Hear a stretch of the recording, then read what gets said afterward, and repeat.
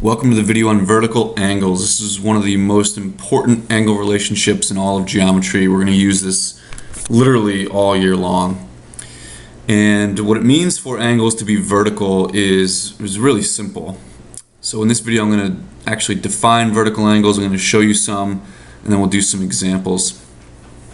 So right here we have two lines that are intersecting, and of course when two lines intersect, they come together at this common point. That's like an intersection point or a vertex. And when that happens, four angles are formed.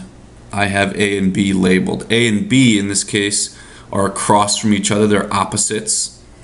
In other words, they're not adjacent. They're not next to each other. If angles that are next to each other would be like A and C, or B and C, or B and, if I call this D, those are adjacent.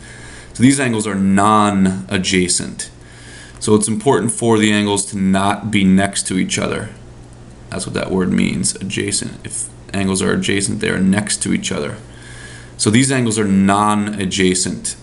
And they're also formed from two intersecting lines. That's also pretty important. And it's just sort of like a trick way to think about this. These are angles that are opposite each other. They're across from each other. They're sort of across the street, if you will. Alright, so this word right here in geometry doesn't really mean what it means in everyday language, right? In everyday language, vertical just kind of means to go up and down. But in geometry, it means that they're across from each other. They're angles that are formed from two intersecting lines that are non-adjacent. They're opposite each other. And the rule is pretty simple. If angles are vertical, then they are congruent. Congruent means they're the same size and shape, they have the same measure. So in other words, if the measure of angle A is 40 degrees, the measure of angle B is also 40 degrees. And the reason for that is because they are vertical angles, and vertical angles are congruent. Be careful though, because remember, one of the stipulations is that you have to have two lines that are intersecting. So in this diagram, the lines are not intersecting. We have sort of a, let me use a different color here, a highlighter. This is not a line, right? That's kind of like two sort of rays put together at an angle. Same thing with this, right? This thing does not continue straight, it actually turns.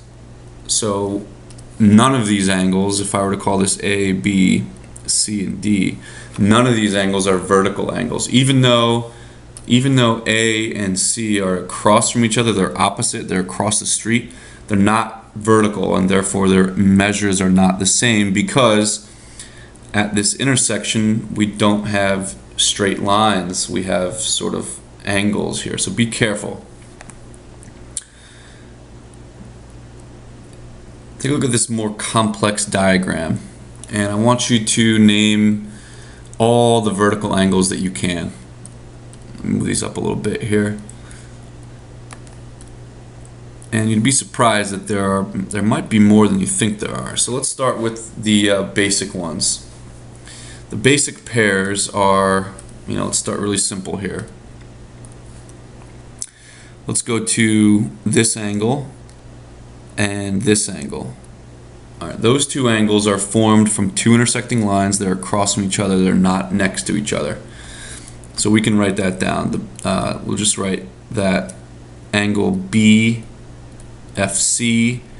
and angle, well, let's actually say that they're congruent, is congruent to angle EFD. Alright, those angles are vertical and therefore they are congruent. If we look at maybe this angle right here and this angle right here. Let me erase those red ones so we're not too confusing here. Those two angles, some students might say that they're vertical, but they are not, because again, they're not formed by straight lines intersecting. This line comes up here and then turns. So be very, very careful with that. However, angle CFD in blue is congruent to this whole angle right here, angle BFE. So you kind of have to sometimes mentally sort of delete rays so you can see that you do in fact have more than, in this case, more than one pair of vertical angles. So in this case you can see a little easier now that I erased that ray, that angle CFD and angle BFE are in fact vertical, and therefore they are congruent. So let me erase those blue ones here and we'll kind of move on.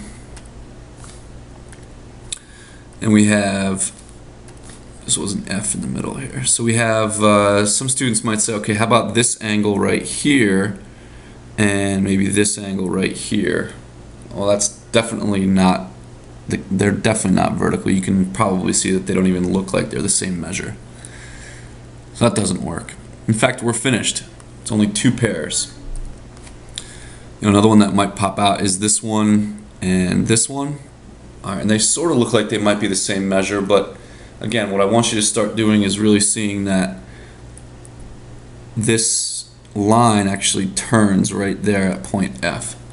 All right, and that's not a very good sign in terms of vertical angles. So hopefully that clears it up for you. Let's actually do a few examples. Number one, start really simple. All right, we have, line L and maybe line M or something. They intersect at this point right here, and an 83-degree angle is formed in this area, and over here we're looking for that measure. And this one's of course pretty simple. The measure of angle B is 83, and the reason for that is because vertical angles are congruent. These two angles are vertical. They're formed from the intersection of two lines. They're non-adjacent, so therefore they are the same measure.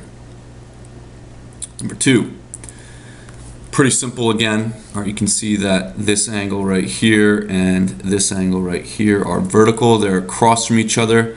They're formed from the intersection of two lines, and they're non-adjacent. So all you need to do is set their measures equal to each other and solve. You divide by 4, you get x is 8, and that's it.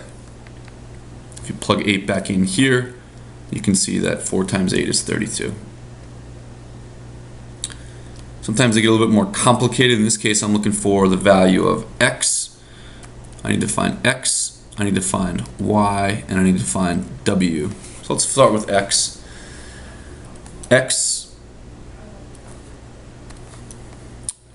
The x expression is vertical to the 31-degree angle. I'll use purple for that. So that equation is going to be 5x plus 1 equals 31. Subtract 1 and divide by 5. You get x is 6. I'll put it up here. And again, if you check that, 5 times 6 is 30. 30 plus 1 is 31. Let's move on to y. I'll use green for the y expression. These two angles are vertical to each other. So I'm going to take it down here. 3y minus 6 equals 47. I'm going to add 6 to both sides. I get 53. And I'm going to divide by 3. 53 over 3. And that can't be simplified, can it? Yes, no it can't. If I divide 53 by 3, I get 1 and 23. No, that doesn't work. So I'm just going to leave it like that. 53 over 3 is totally fine. If you wanted to turn that into a mixed number or a decimal, you certainly can, but I'm just going to leave it like that. It would be 7 with a remainder of 17 and 2/3, but I'm going to leave mine as an improper simplified fraction. And lastly, of course, we have our W term. I'll use orange, and I'll also use 3 arches for that. W is included in this expression, 4w plus 9. That's across the street from 102. So we simply set those two equal to each other. 4w plus 9 is equal to 102. I'm going to subtract 9 from both sides and I get 93.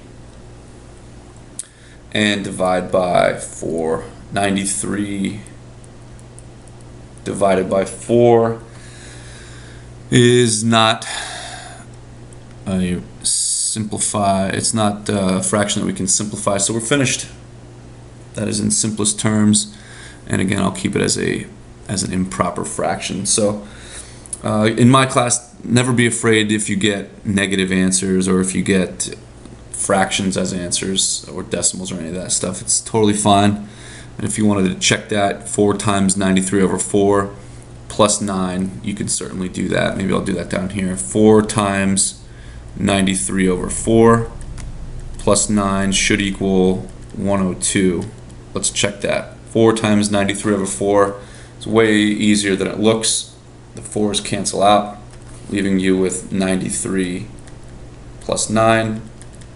93 plus 9, if I take it up here, I see that that's a 2 and that's a 102. So that checks out nicely. So all of our answers are nicely put up into this answer box here. All the fractions are simplified and I am completely finished. So there's some examples on vertical angles. Hopefully that helped. And in the next video we're going to be looking at complementary and supplementary angles. So thanks for watching.